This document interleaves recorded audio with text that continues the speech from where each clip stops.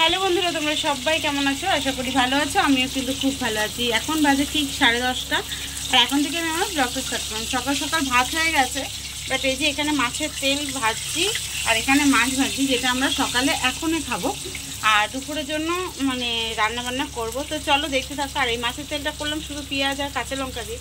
কত সুন্দর, মানে কত তেল বেরিয়েছে দেখো। আর তার সাথে এখানে এই যে ভাজা কড়া করে ভাজবো, বেশ ভালো লাগে। এখানে মাছের তেল ভাজা হয়ে গেছে, মাছ ভাজা হয়ে গেছে, বাট এখনও খাওয়া হয়নি। তোমাদের যারা স্নান টান করেছে একবারে খাবেন। আর এখানে দেখো উচ্ছে কুমড়ো ভাজা বসিয়ে দিয়েছি আর দুটো ডিমেরই ঝোল হচ্ছে। কারণ হচ্ছে আমি বাড়ি যাব, এবার যে একজনেরই হোম ডেলিভারি আছে আজকে, তার জন্যই আরও।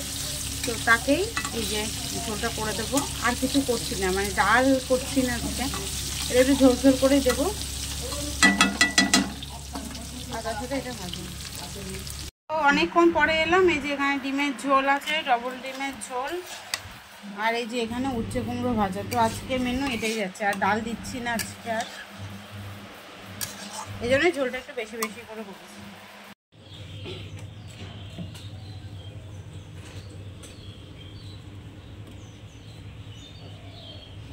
চলে এলাম বাড়িতে, তোমাদের সামনে আর আসিনি। পার্সেল যাওয়ার পরে তোমাদেরকে একটু দেখালাম ঠাকুরগুলো, খুব সুন্দর ঠাকুরগুলো। আর তারপরে চলে এসেছি বাপের বাড়িতে। এই চুড়িদারটাই পরেছি, 3বার এলাম এই একই চুড়িদার পরে জানো।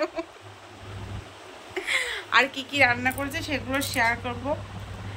বিভৎস গরম পড়েছে, আর ঘরে এসে এসির হাওয়া কি ভালো লাগিতেছে আমার। মেরি পাপা ইয়া পর সোরায়, ওই যে আমার মেরি মাম্মি ওখানে বসে রয়েছে। আর ওই যে আমার বড়মশাই ড্রেস চেঞ্জ করবে এখন। এই হচ্ছে বিষয়। কিন্তু আমার যেন কি খেতে ইচ্ছা করছে এখন, কড়া পাকের চা।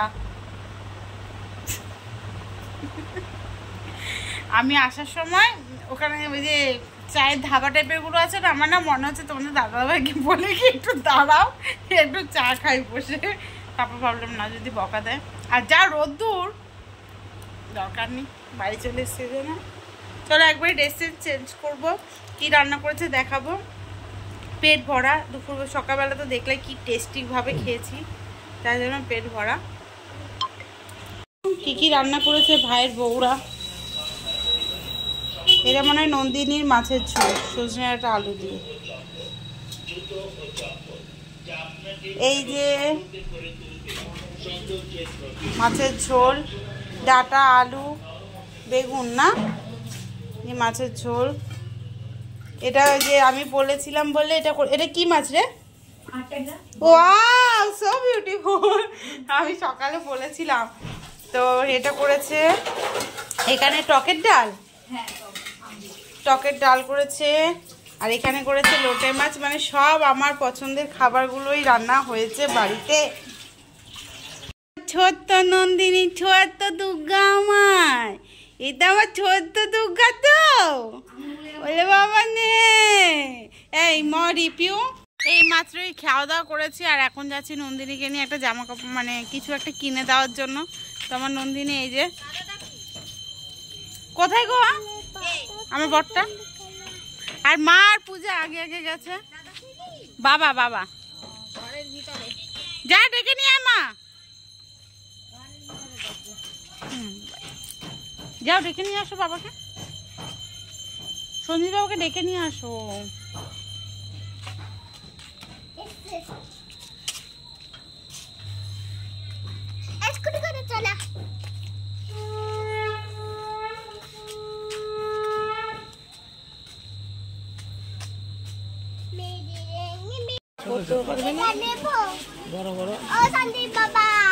চলো কেনাকাটি করে চলে এলাম, আর তোমাদেরকে সেভাবে দোকানে গিয়ে কিছু দেখাইনি। তো চলো দেখাই এবার।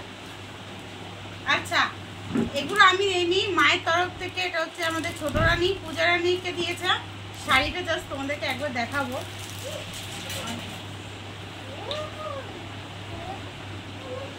দেখো শাড়িটা, দারুণ শাড়িটা, একদিন আমিও পরবো। দারুণ, খুব সুন্দর শাড়িটা। আর এটা তো পূজাকে খুবই ভালো লাগবে। দারুণ শাড়িটা। আর হচ্ছে মামা ওরকম করো না। আর এই যে এদিকে এই যে এটা হচ্ছে আমাদের পিউ রানী, এটাও আমি চয়েস করেছি, সব আমার চয়েস, মানে সব বলতে এটা আমার চয়েস। পিউরও খুব পছন্দ হয়েছিল। এই যে দেখে নিয়েছো, এরকম একটা আছে। এটা হচ্ছে আমাদের মানে আমার মা দুই বৌমাকে দিল। আর চলো দেখাই আমার নন্দিনীকে আমি কি দিয়েছি, চলো সেটাই এবার দেখো।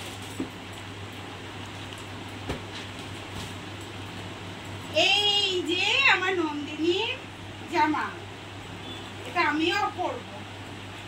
না আমি পরবো, ওই ও পরবে।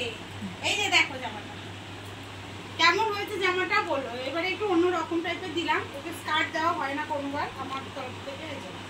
ওর এবার দুটো স্কার্ট হয়ে গেল। হ্যাঁ হয়ে গেছে, এটা আমার তরফ থেকে। আর আমার মা তার জামাইকে এরকম একটা শার্ট দিয়েছে, এটা খুললাম না, খুব পছন্দ, আমার খুব পছন্দের এই শার্ট, তার জন্য এটা দিয়েছে। আমাকে কিন্তু কিচ্ছু দেয়নি, তো দেখে নাও আমাকে কি দিয়েছে। চলে আয় সামনে। এই যে এই নাকচাবিটা আমাকে আমার মা দিয়েছে পুজো হিসাবে, কারণ আমার নাকচাবিটা একটু অসুবিধাই হয়েছিল, পিউ নাকচাবি করেছিলাম, তো পুজোর হওয়াতে পুজোর সময় কি বলবো বুঝতে পারছি না, পুজোতে আমার মায়ের তরফ থেকে আমার গিফট হচ্ছে আমার নাকচাবি। আর আমার কি হয়েছে এছাড়া সেটা আমি বাড়িতে গিয়ে তোমাদের সাথে শেয়ার করবো। এখন সবাই মিলে ফুচকা টুচকা খেলাম, আর দেখি রাতে খাওয়া দাওয়া করবো।